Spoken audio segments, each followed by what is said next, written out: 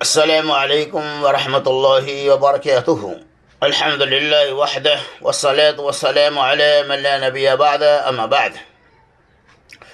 قال رسول اللہ صلی اللہ علیہ وسلم اربع فی امت من امر الجاہلیہ لا یترکہن الفقر فی الاحساب والطعن فی الانساب والاستسقاء بالنجوم الی آخر الحدیث۔ رواه مسلم،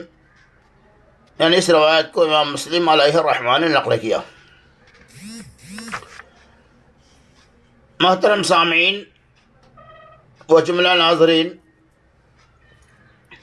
یہ ایک مسلمہ حقیقت ہے اور اس بات کو اچھی طرح جانتے بھی ہیں کہ ماہ محرم الحرام جو اسلامی سال کا ایک عظیم شان اور مبارک مہینہ کہلاتا ہے، یہ مہینہ اسلامی کیلنڈر اور اسلامی تواریخ کے حیثیت سے ہجری سال کا پہلا مہینہ کہلاتا ہے، اور یہ مہینہ حرمت والے 4 مہینوں میں سے ایک مہینہ ہے، یعنی اس مہینے کی حرمت ثابت ہے۔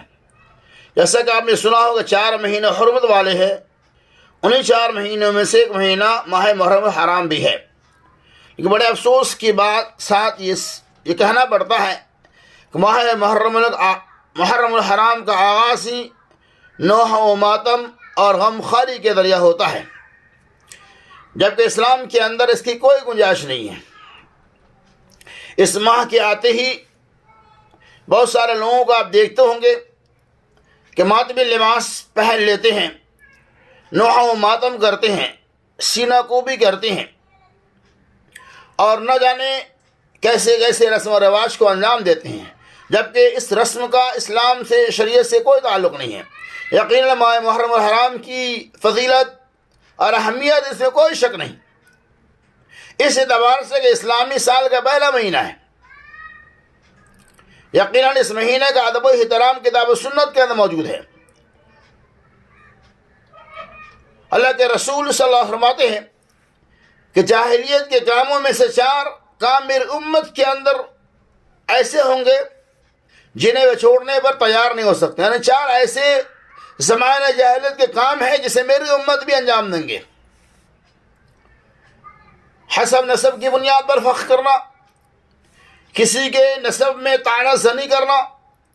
ستاروں کے ذریعے قسمت کے احوال معلوم کرنا، یعنی ستاروں کے ذریعہ بارش طلب کرنا، یا یہ کہنا کہ ان ستاروں کے ذریعے بارش ہوتی ہے، نوحہ وغیرہ کرنا۔ اللہ کے رسول صلی اللہ علیہ وسلم نے فرمایا کہ نوحہ کرنے والی عورت اگر موت سے پہلے توبہ نہیں کرتی تو قیامت کے روز ظالم اٹھائی جائیں گی، اس وقت تارکول کی قمیص ہوں گی، یعنی اس طرح تارکول کی قمیص پہنائی جائیں گی، اور خارش کی بیماری کے لباس نے اس کے جسم کو ڈھانپ رکھا ہوگا۔ یعنی ایسی عورتیں جو نوحہ کرتی ہیں اس کے لیے سزا اللہ تعالیٰ نے انتخاب کیا ہے۔ ادھر اس حدیث سے معلوم یہ ہوا کہ نوح و ماتم کرنا جاہلیت کے رسم و رواج میں سے ایک رواج ہے، اس کا اسلام سے کوئی تعلق نہیں۔ اسی لیے اللہ کے رسول صلی اللہ علیہ وسلم نے فرمایا کہ لیس منا من ضرب الخدود وشق الجیوب ودعا بدعوى الجاہلیہ، کہ وہ شخص ہم میں سے نہیں جس نے اپنے رخسانوں کو نوچا، غریبانوں کو چاک کیا، جاہلیت کے دعویٰ کیا، یعنی جاہلیت کی پکارا، اور مصیبت کے وقت ہلاکت اور موت کو پکارا۔ یہ بخاری کی صحیح روایت ہے۔ اب اندازہ لگائی، اس حدیث سے پتہ ہی چلتا ہے کہ اسلام کے اندر نوح و ماتم کی کوئی گنجائش نہیں ہے، اور اس چیز کو لوگ اتنا زیادہ فروغ دیتے ہیں کہ پہلی تاریخ سے لے کر 10ویں تاریخ تک کے ماحول کو دیکھیں گے